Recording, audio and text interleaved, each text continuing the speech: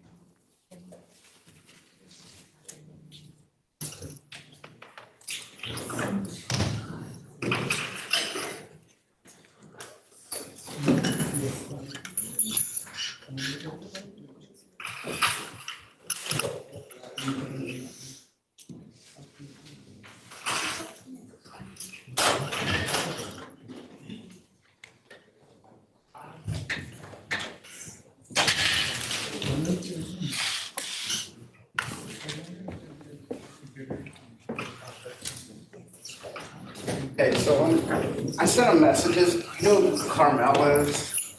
He's a TA, I think. So he needs to make the room a co-host in order for you to share on Zoom. I sent him a few messages. Let me see if he. Do I need to join on Zoom? No, you shouldn't have to. I mean, like.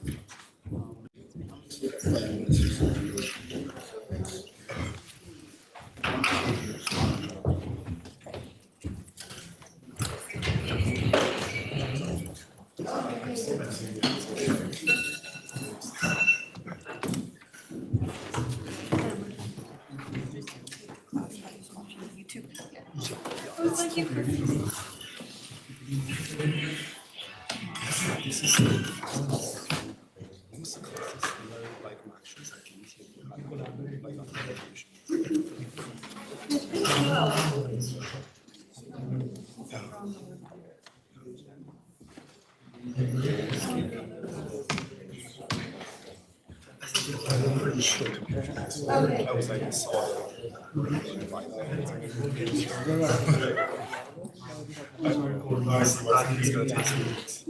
I know it's funny, everything's a paragraph explanation.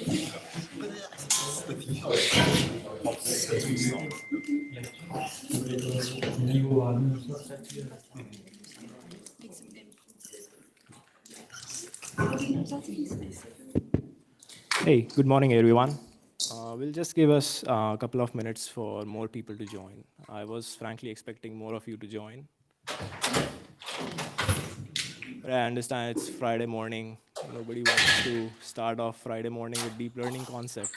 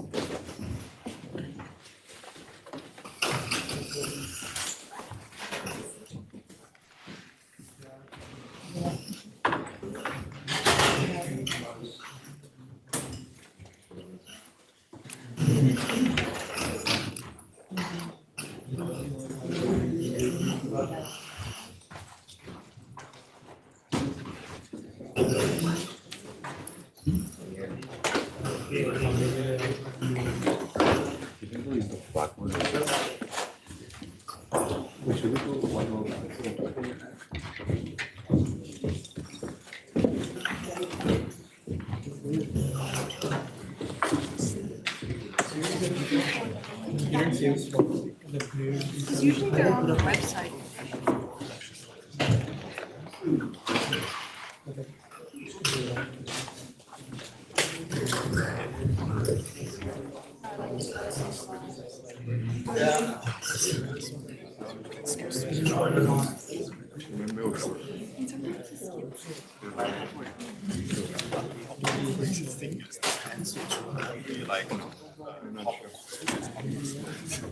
That's why I'm like, I don't know if you want to submit it, so I'll double check it this morning.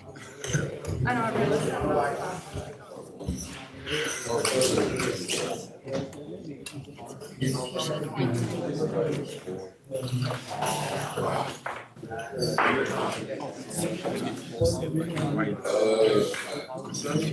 I see. Thank you. Oh,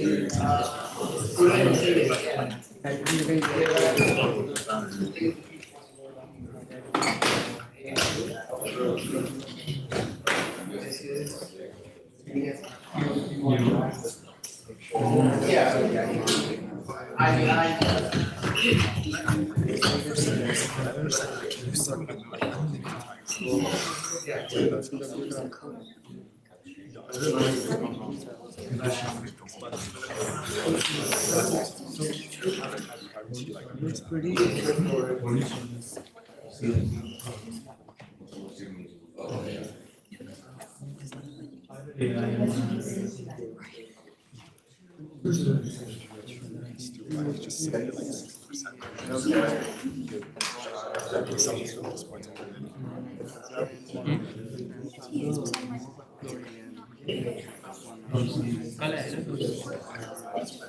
Yeah, yesterday morning. So you're not, where's your name right there? Like it's old.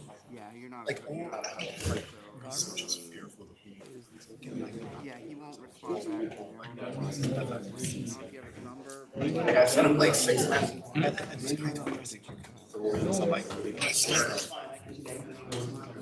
I was gonna go to my office. You want to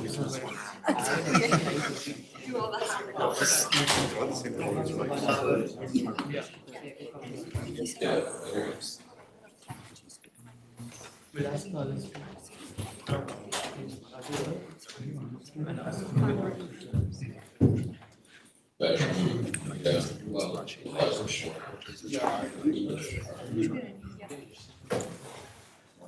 Okay, I think we can get started.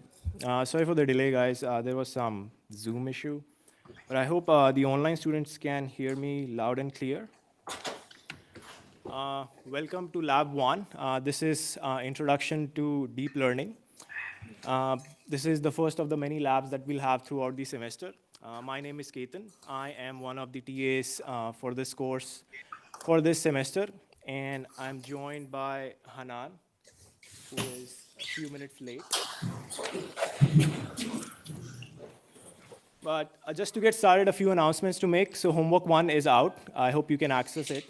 So homework 1 has 4 different parts. It's part 1, part 2, bonus, and autograd. The early bird submission deadline for homework 1, part 1, and part 2 is September 6th. That's midnight. And there is also a mandatory quiz to do for homework 1. You can find that quiz on Canvas. The deadline for that quiz is as well September 6th. And then there's a regular quiz that will go live tonight at 11:59, which you'll have like 2 days to complete that. And the last one is, so we have a boot camp for homework 1 to help you guys started with homework 1, part 1, and part 2. So do attend that. That's at 2 o'clock tomorrow. Any questions on any of the homework parts? Yeah. I'm a bit confused about like what's the difference between like quiz one and homework one, please?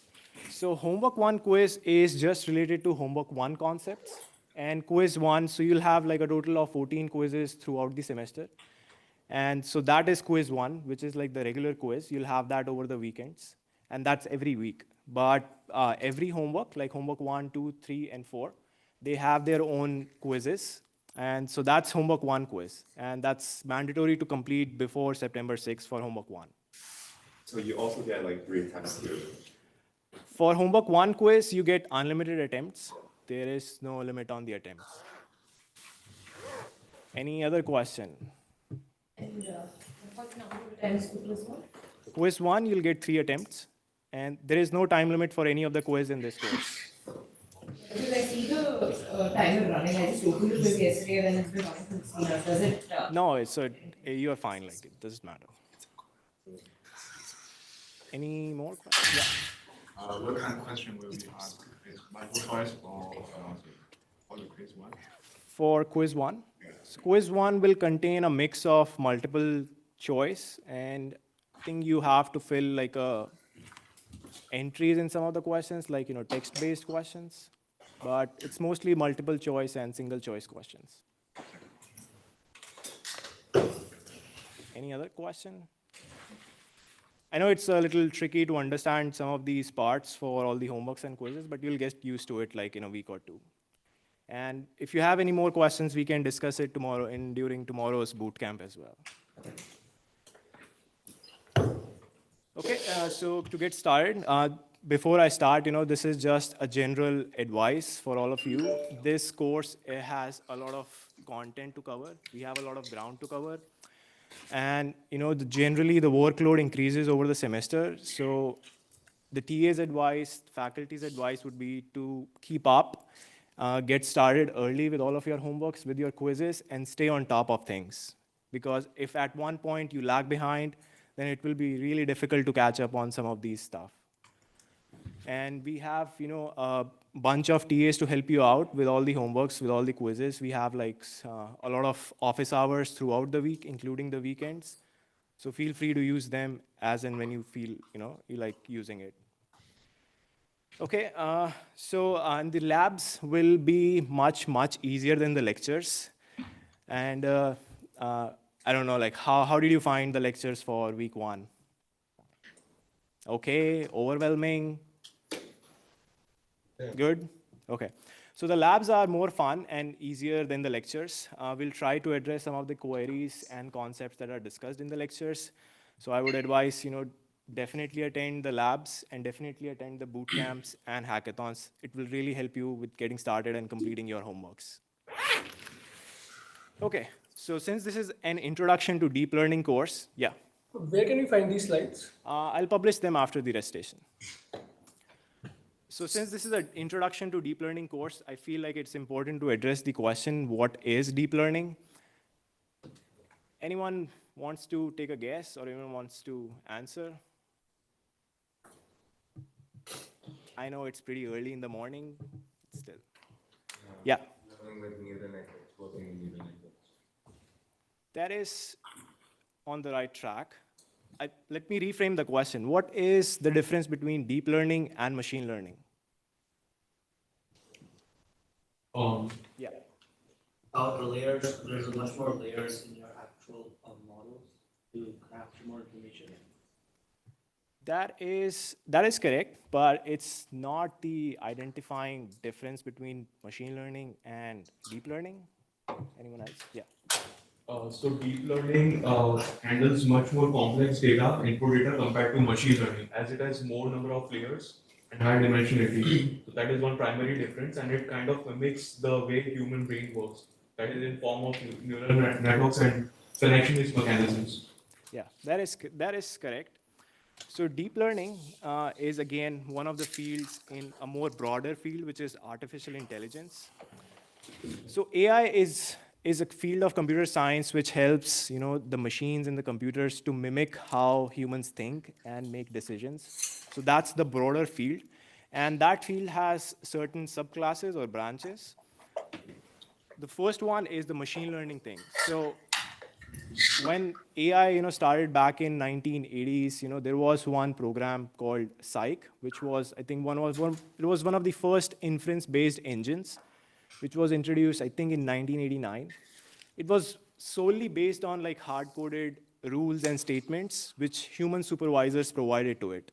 And so it has a funny story, behind it, that it kind of misinterpreted one of the stories which involved a person named Fred. So there was this statement that Fred is shaving in the morning. And it kind of misinterpreted that story in a way that the humans, it knew that humans do not have any electrical components inside of them. But it found the word Fred, it found the word razor, and it asked the question like, is Fred even a human during shaving?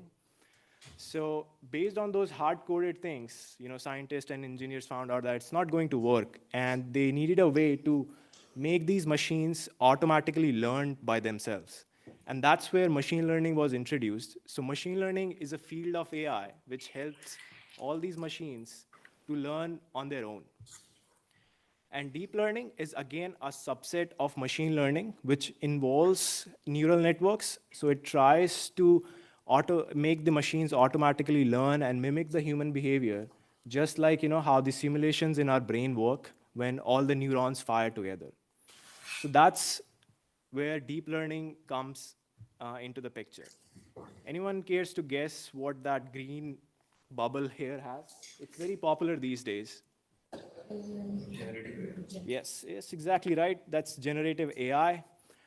It's sort of the buzzword these days. And generative AI, again, is a subset of deep learning, which has more to do with how these models can create data on their own without us or anything else explicitly telling them what to do or what to create.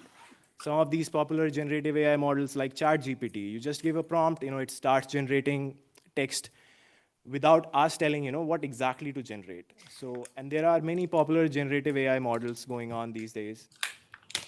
So in essence, that is the difference between machine learning and deep learning. So machine learning, you basically have algorithms designed in machine learning where you specifically tell the machine or the computer, like, okay, this is how you need to learn stuff, how you need to learn data.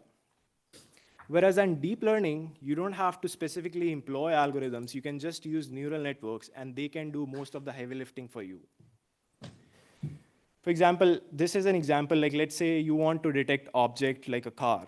Uh, If you want to do this using machine learning, you would have to extract some of the features, like how would you go about detecting a car in an image? You have like objects, like you'll have tires, you'll have edges, you'll have windows, you'll extract those features, then pick up an algorithm of machine learning, and then use that to detect that object. In deep learning, you remove all of that feature extraction and classification and just use a neural network, and it does all of that stuff for you. So you send your input data to the neural network, and you get an output. That is the black box that Professor Beeksha was also talking in one of the lectures, I think in the first lecture. That is the black box. Now, a lot of stuff goes in that black box, and you learn all about it throughout the semester. So, and some of the key differences listing down here, like, you mentioned, like machine learning primarily, handles structured data, whereas deep learning models can handle more of the complex, unstructured data as well. Feature engineering, in deep learning, you don't really require feature engineering. You sort of, neural networks kind of find out all of that on their own. The deep learning models are more complex than machine learning algorithms. That's true, and that's why they require more computational power to handle or train these models. And for training some of these models, you require like GPUs and TPUs. Whereas in machine learning, you can still get away with just training them on regular CPU or low-powered GPUs. So hopefully that gives you an idea of how machine learning and deep learning are separated or differentiated. These are some of the popular generative AI models that are on the market these days. OpenAI's ChatGPT, Claude, DALL-E. Llama came out with, I think, 3.1, which surpassed the benchmarks set by Claude and GPT model. And Apple has also joined the race with its AI. And I think it's scheduled to go live next month. So that's pretty exciting. We are in an exciting phase, and from here on, the advancement and development in AI is just going to go very fast and forward. So I believe you are here in this course mostly because you want to learn about how generative AI models work, and we'll cover most of the generative AI models like LLMs, diffusion models, GANs, but that comes later towards the end of the course. Okay, I was just messing around with one of the generative AI tools. I gave it a prompt like create a new animal combining the cow, lion, and butterfly. This is what it generated. So this is from a model called Photor. You can go and try it out. And I gave the same prompt to OpenAI's DALL-E as well, and kind of generated this. It's a little funny. But again, I'm not saying one is better than the other. It's like, all of these models work in a separate, different way. But it's quite amazing, how far these models have come. And like, DALL-E has, has been amazing, in generating some of the lifelike images. And it's just exciting to work on sort of this stuff. Okay, so exciting enough. Let's build our own, very own neural network. So there are many frameworks that we use for coding in deep learning. It's like PyTorch is one of them, TensorFlow is another. But for this course, we'll primarily use PyTorch. So if you haven't seen the PyTorch Recitation 0 videos, I would highly suggest go and watch them, because this is what you're going to use heavily in your homework 1 part 2s. Any questions so far? Have I woken you up? That's good. Okay, so many of the stuff we'll cover today is just a bit of a warning. Even if you do not understand or if you have not heard of these terms before, don't worry. All of these concepts will be covered in details in lectures going forward. But since we need you guys to get started with homework 1 and homework 1 part 2, it is essential that we cover some of these concepts in today's lab.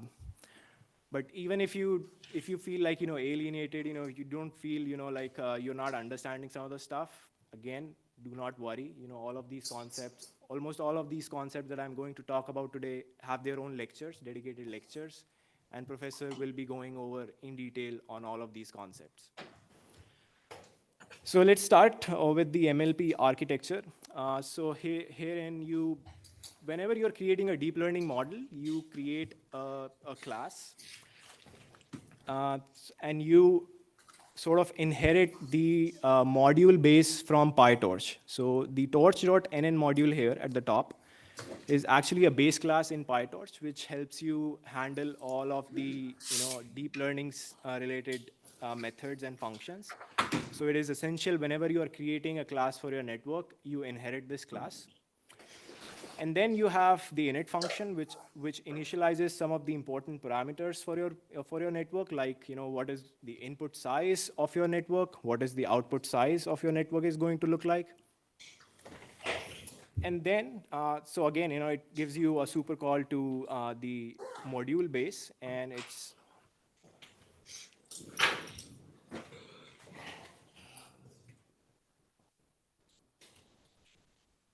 not shared. I think he said that he's already shared it.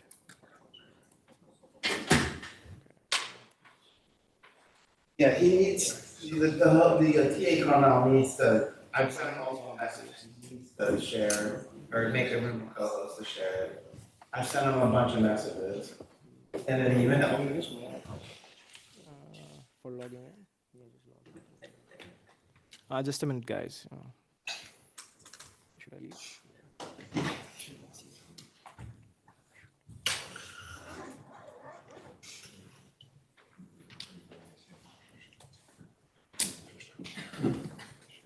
Alright, it should be fine now. Oh, you're good, it's sharing. I think he said I can do it.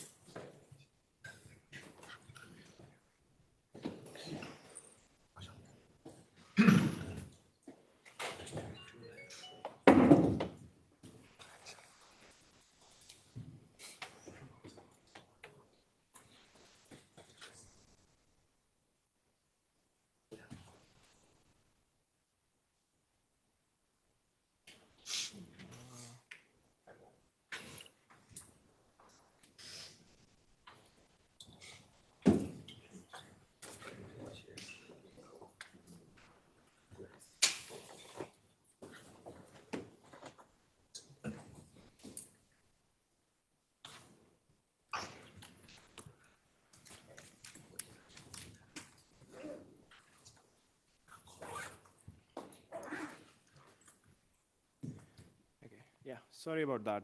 There's some Zoom issues today. Yeah, so we were in the init function.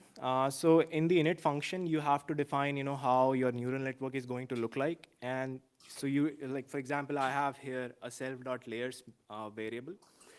And you define all the layers, like layer-wise, how your neural network is going to look like. Can you identify like how many layers are there in this network?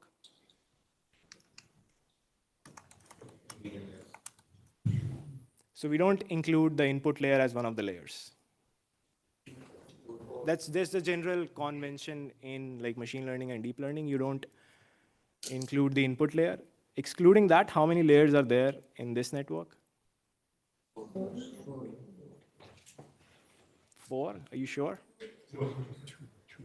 2, yeah. 2 is correct. So how this is defined is there is one linear layer. Linear layer is just, like the fully connected feed forward network layer. You'll learn more about that in the lectures.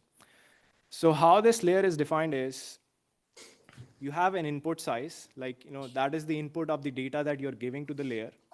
The second dimension is the output of that layer. And that's 512 here, defining like you'll have 512 neurons in the next layer.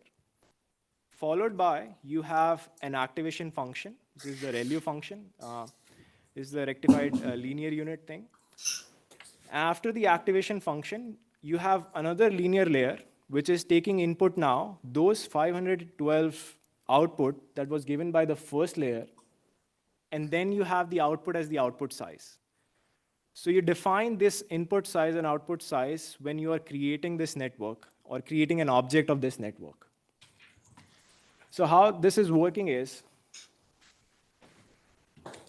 let's say you have this as your input layer. You have input data coming in. This is sending data. So let's say the input size, I would say it's like, let's say 256. I have 256 neurons in my first layer.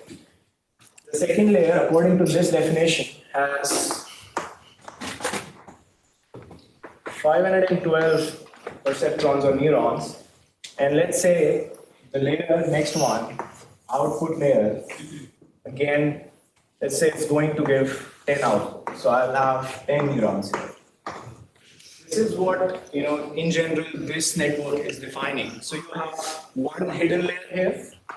This is your input layer, and this is your output layer. And you have an activation function between this layer. So that's how you basically define your init function. Everything regarding the architecture of your model, you put that in your init function. Then you have the forward function. So forward function is, so when you have a neural network, there are different steps you follow for training a deep learning model. One of them is you pass the data in a forward direction. So when you pass the data, all of the input is going to be processed layer by layer, and it goes until the end. That is called forward propagation in a neural network. So for that, you define a forward function in your network class, and you simply call the variable with that input. So X here is the input coming into your network. You call self.layers.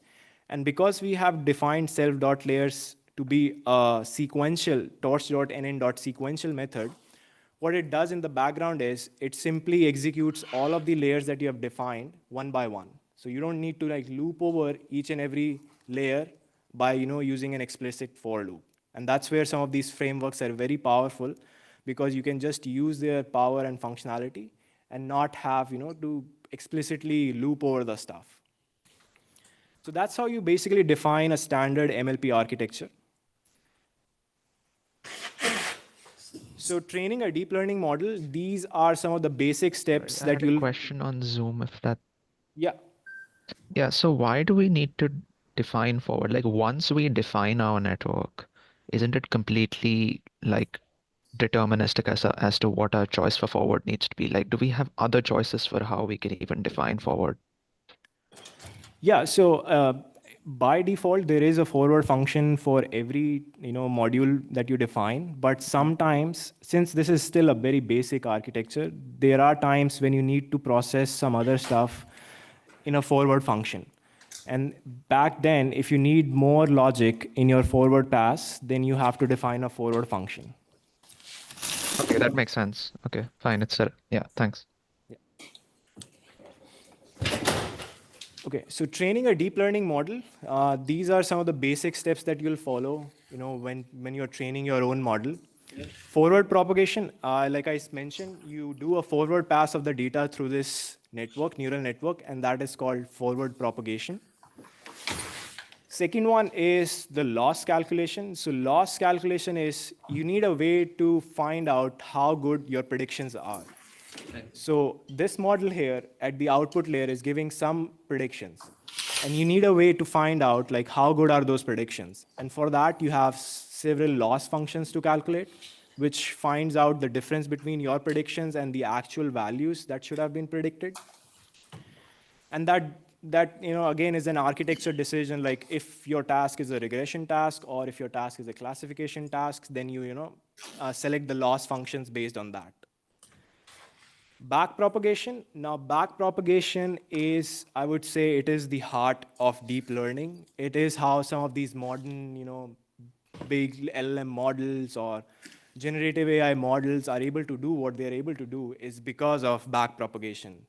So that is, again, I'm not going into very much details because it's a lecture in its own. And we have, professor will go over how exactly backpropagation works.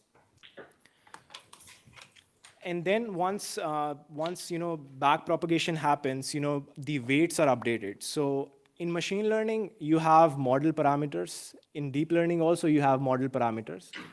Model parameters are something that your model learns on its own.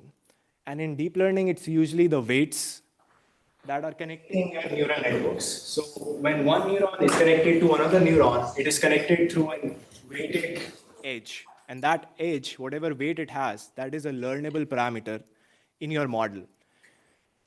And how your model learns is through this iterative process. So your data is going in through the first layer. It goes on, does a forward pass. Gradients are calculated. So what exactly gradients mean is like how will your loss function change when you tweak these weights. So you can consider this weights and like some sort of dials and knobs. This is the entire black box.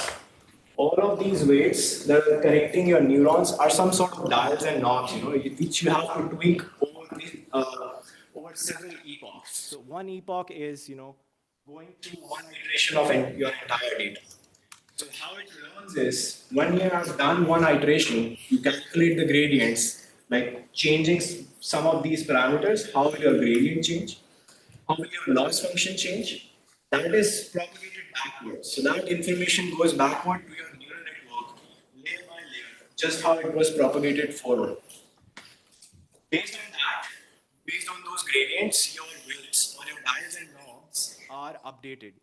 And again, you repeat the process. When your weights are updated, you again do a forward pass of your data, and the process repeats itself. And you repeat that process until some stopping criteria is met. Again, that depends on the application or the type of model that you're training. And that's how usually how a standard deep learning model is trained. Yes. Are the biases updated as well? Yes. So weights and biases are the two different learnable parameters in your model. So how, in PyTorch, how you do forward propagation is, so you have created your class of network, you create a model, you create an object of that class. You simply initialize it with some input size and some output size. Again, input size will depend, how you're sending this data to your first layer, and your output size will depend on what you are actually expecting the model to output. Once you have done that, once you have created that object, you simply just call that object, passing in the data. And this internally calls the forward function on its own. You can, explicitly mention dot forward, but even if you do not, it calls the forward function on its own. So loss functions, you need to define a loss function for your application and model. So if it's a regression task, most commonly used loss functions are your mean squared errors, root mean squared errors, Manhattan distance. If it is a classification technique, you need to define other loss functions like cross entropy and KL divergence. Again, most of these will be covered in lecture. So how you define, like if I have a regression task on hand and if I want to define a mean squared error loss, you simply just do torch.nn.mse loss. And you call that loss function based on that object, passing in the predictions that your model has given you. And the labels are the actual true labels that you have beforehand. So you simply pass these two things to your model, and it will calculate what is the difference between your predictions, your model's predictions, and the actual labels. Once you have that, you start the most important or most critical process, which is the back propagation. Once you have the loss information, you initiate or you trigger the back propagation by calling loss.backward. So internally, there is a lot of stuff going on when this function is called. You're free to go to the PyTorch documentation and see the source code.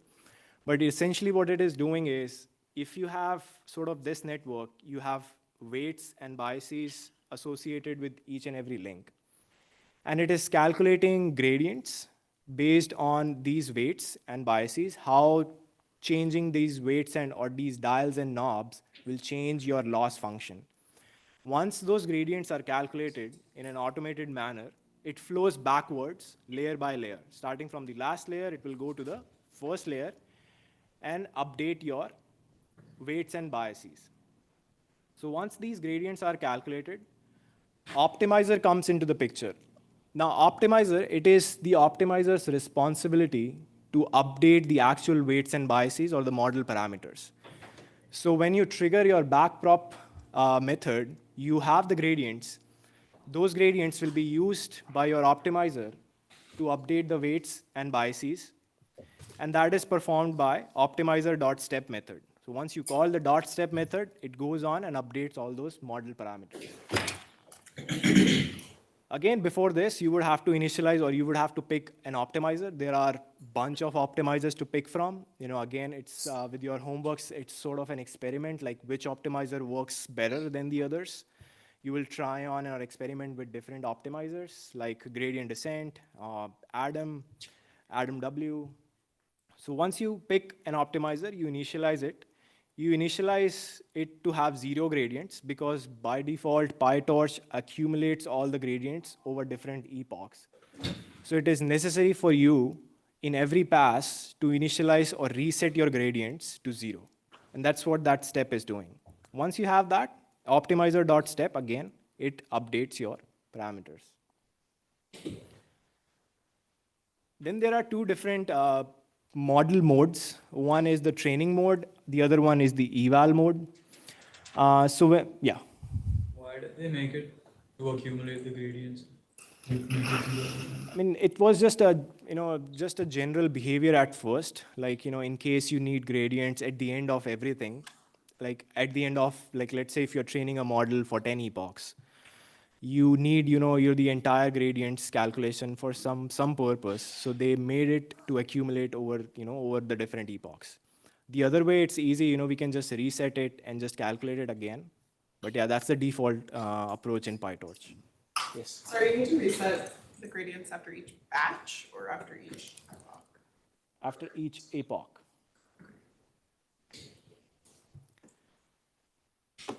So there are two different modes. There are two different phases. Like you have a training phase where your model is being trained. You have another phase where you are evaluating your model. And it is important to explicitly say or tell your program that my model is being trained now or my model is being evaluated now. Because in the background, different processes happen when you have set your model in your training mode or you have set your model in eval mode. So it is important when you train your model, you put that in model.training mode. And when you're evaluating your model, you put that in model.eval mode. Then there are different devices where you can train your model. You can train it on GPU, you can train it on CPU. most of the modern machine learn or deep learning models are trained on GPUs because they are computationally very expensive models.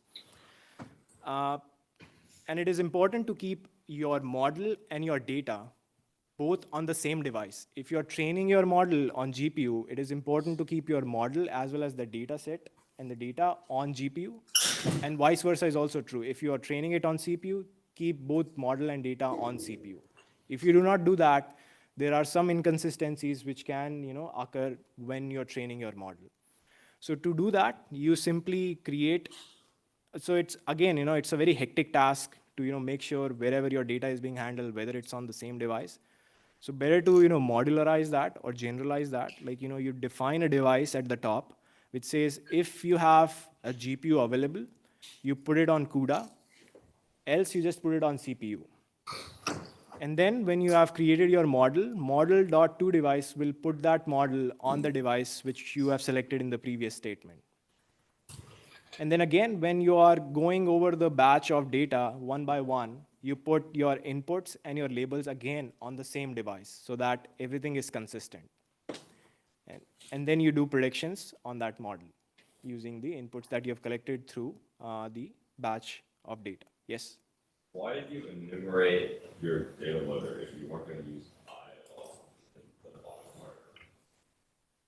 Or the I in enumerate? Yeah. I think, I did not pick up some other code, but that I is being used somewhere for logging. Oh, I understand. Thanks. So training one epoch of data is how this is going to look like. You will first train your model. So you're training your model, you can create a method like separately for training it.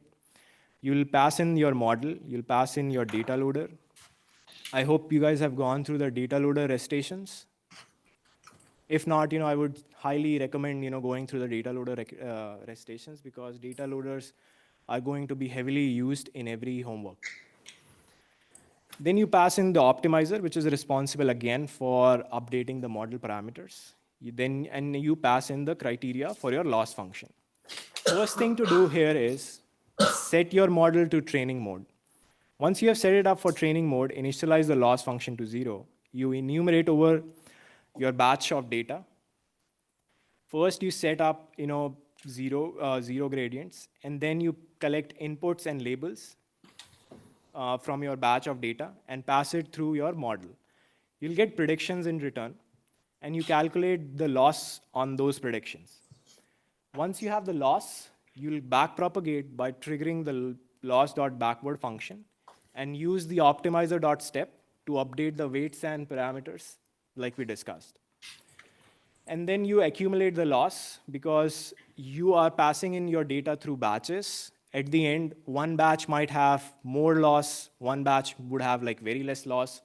So you try and aggregate the loss over all the batches. And that's where you do the aggregation and return the training loss. So that's how one epoch is going to look like.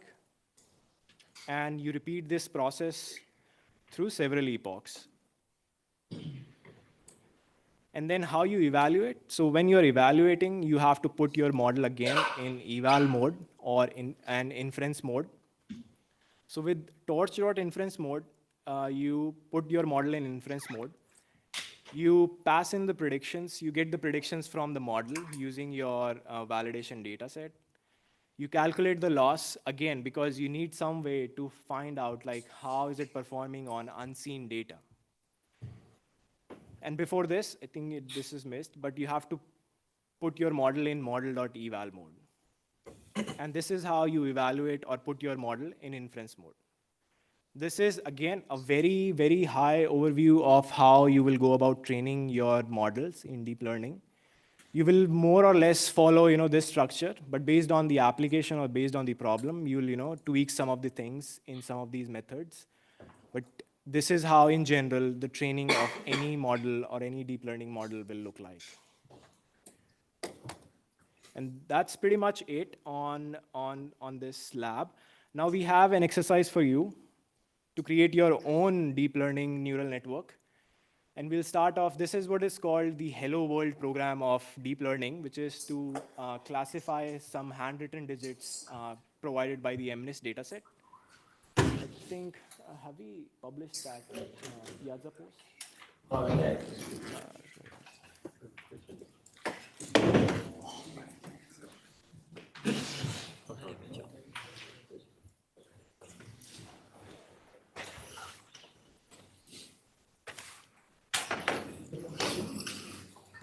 It's private.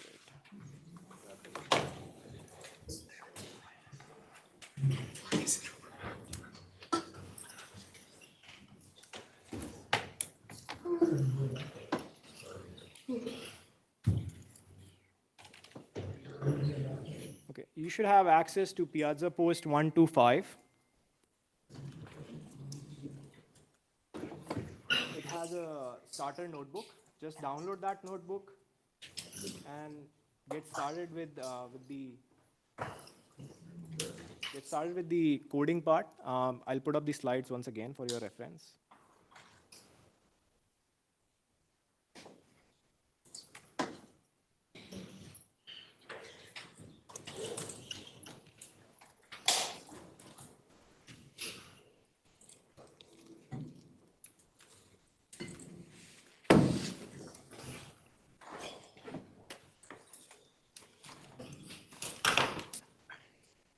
Yes.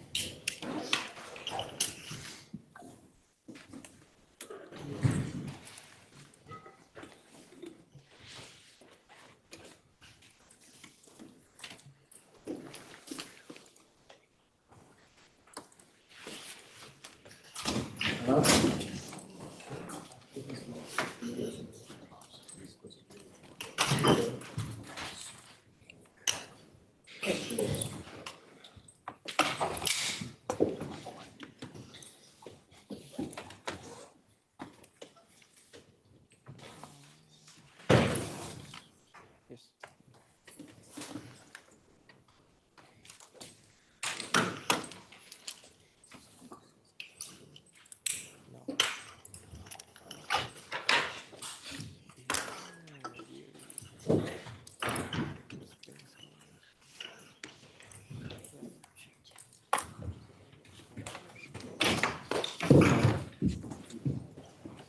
Are you guys still broadcasting the Zoom, or did we get done? Oh, you might wanna, you wanna share your screen still, Yeah. Okay, just wanted to make sure. I might have need to restart my screen.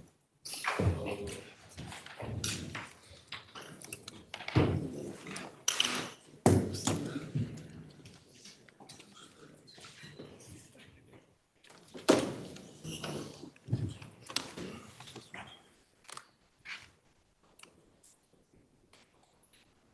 Oh, yeah, I'll share it as an input layer. Are you able to access the notebook? Just try and running some of the initial cells and make sure it works.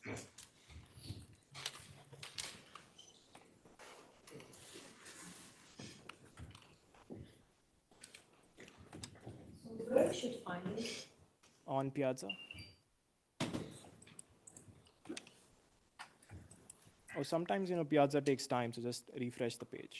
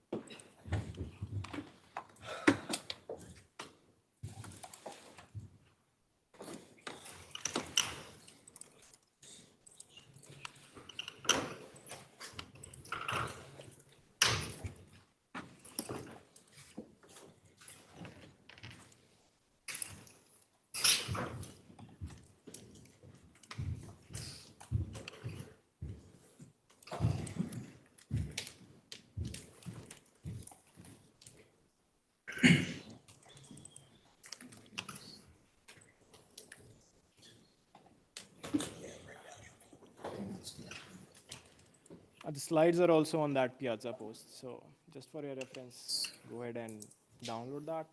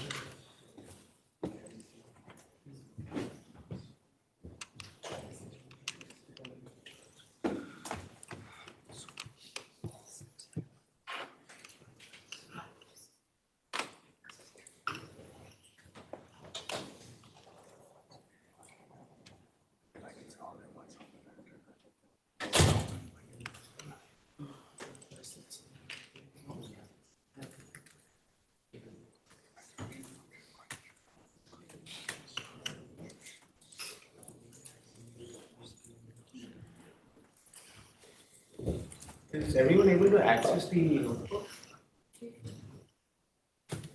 I had a question on Zoom. Yes. So for recitation handouts when we're running notebooks, should we be using our like GCP credits, or should we be preserving those? No, I don't think you need like GCP credits to run the lab notebooks because they are very lightweight. Okay. You just use the local Colab version. All right. All right. Thanks.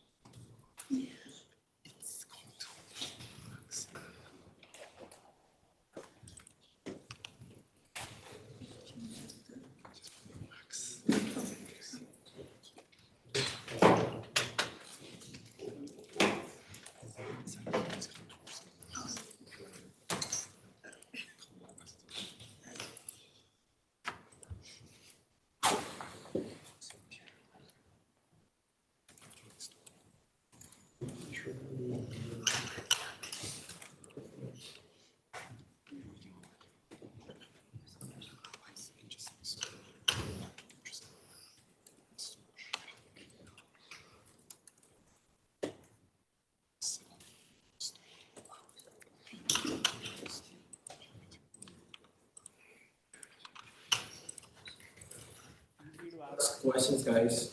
This is more like a workshop, trial experiment, just to get you started with like training some of these basic models.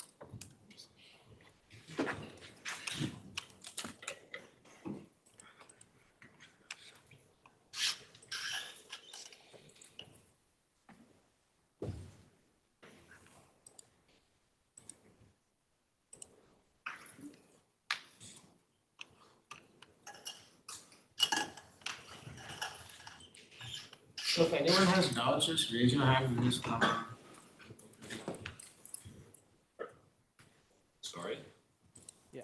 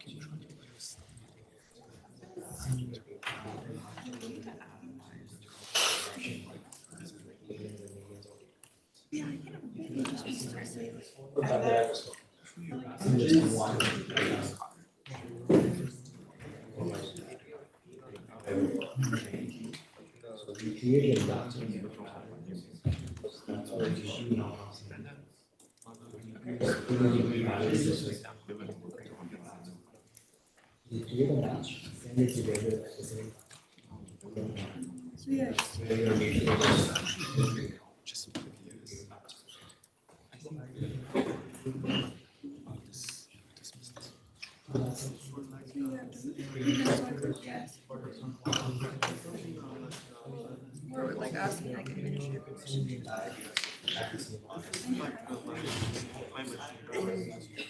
Yeah, it looks like someone else has.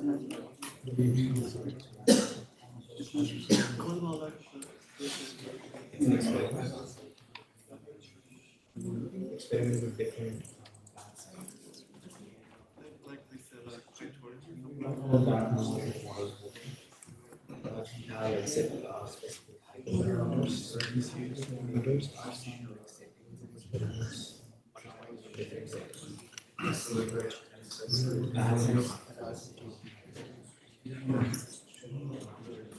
you fix them.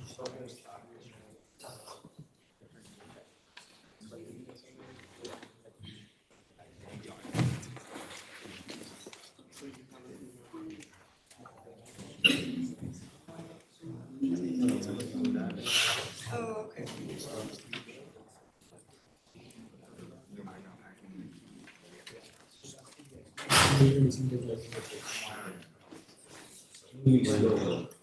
You have to like one forward.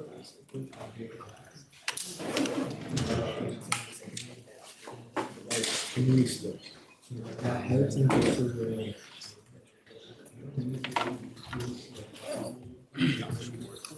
the first 100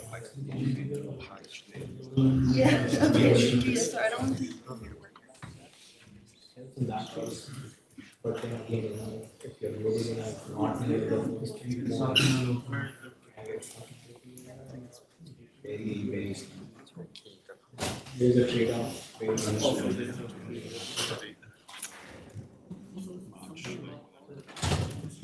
Oh, yeah, exactly.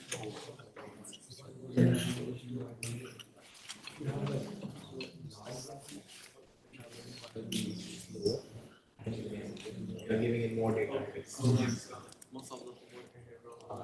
But more accuracy, at least more accuracy. More data. Possible that the generator will also whereas if you keep the statements very less, the training will be very fast. But it is possible that your accuracy takes more data.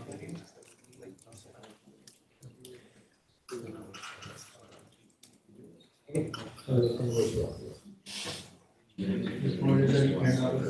yeah, so when you're talking about the function, you try and reach the zero, you never reach that. There's a hard row you can reach. Sometimes you're on your back, or you try to reach, you might be able to reach it.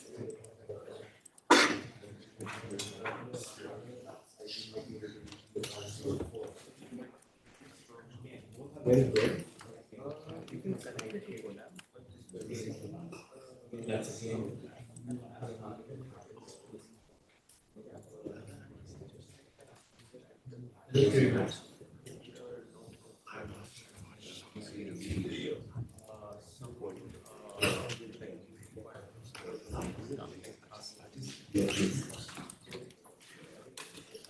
Learning is different, almost there. You are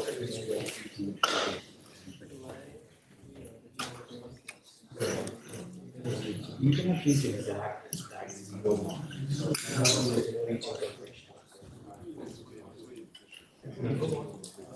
Reach in zero it is possible, but that would mean like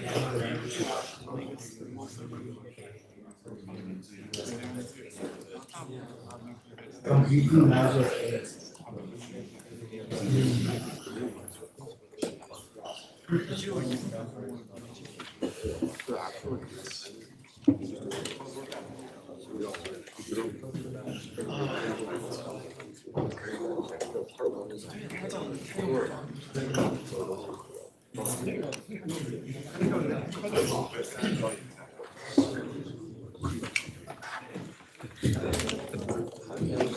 But now you're getting the idea.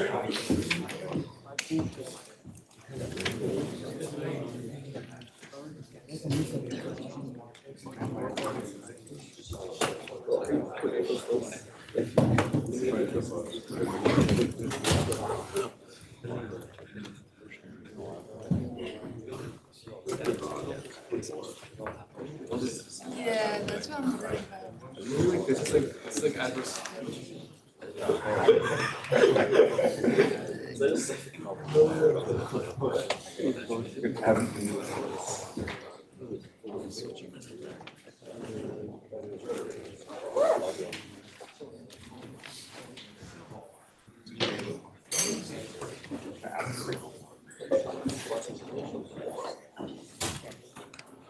How many have completed the portion of the notebook? If you're running into in any issue, just feel free to ask. Yeah.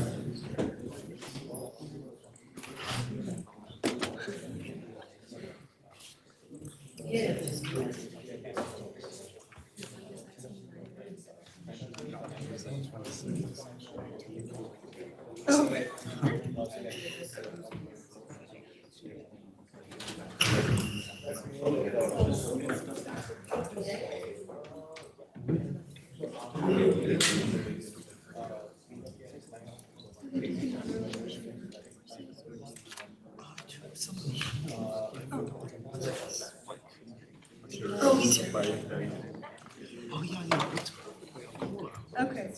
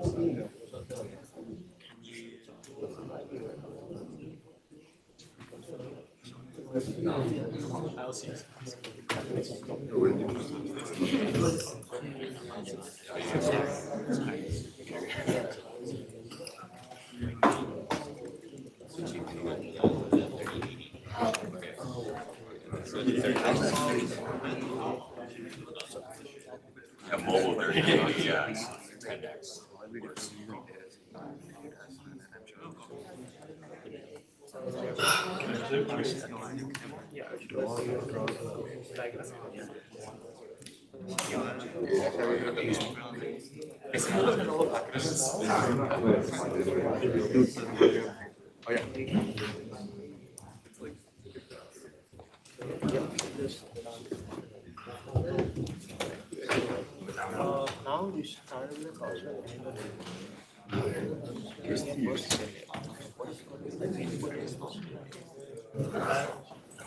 You have to find 1,024 and I'm assuming it comes to another switch.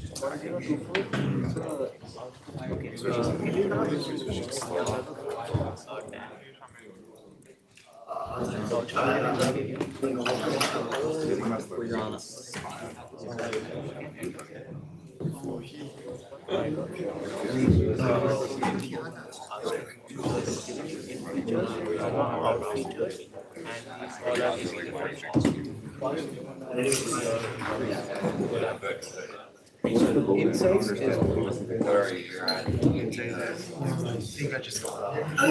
Yeah, my first we would like to find objects.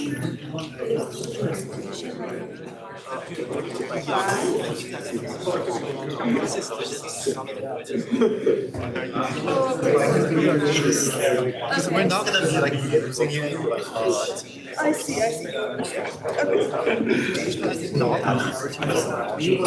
using some features, but Yeah, it's not, for now, it's it's not a not big deal. frustrating.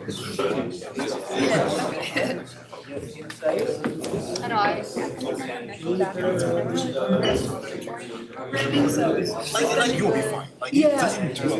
Yeah, the videos were helpful, because I mean, it was like, I think it's like good concept, because, I don't know, the most efficient way to do it. How did you develop it? based on your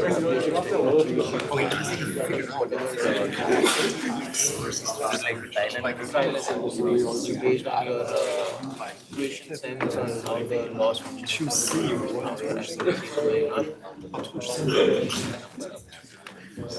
This is the way you use this. This has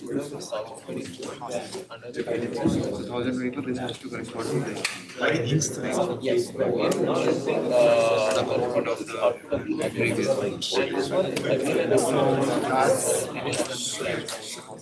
again, you have another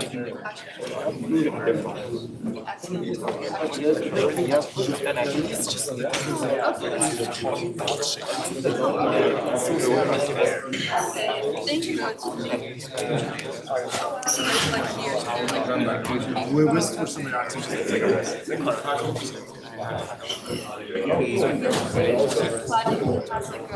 I'll be back. I just can't go home. You correspond to everyone. Right? So basically,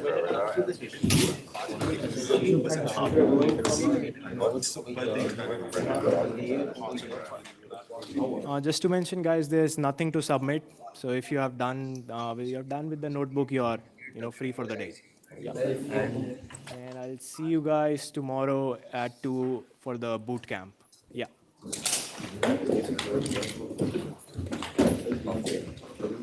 And then for another day, you're going to privacy or other very close to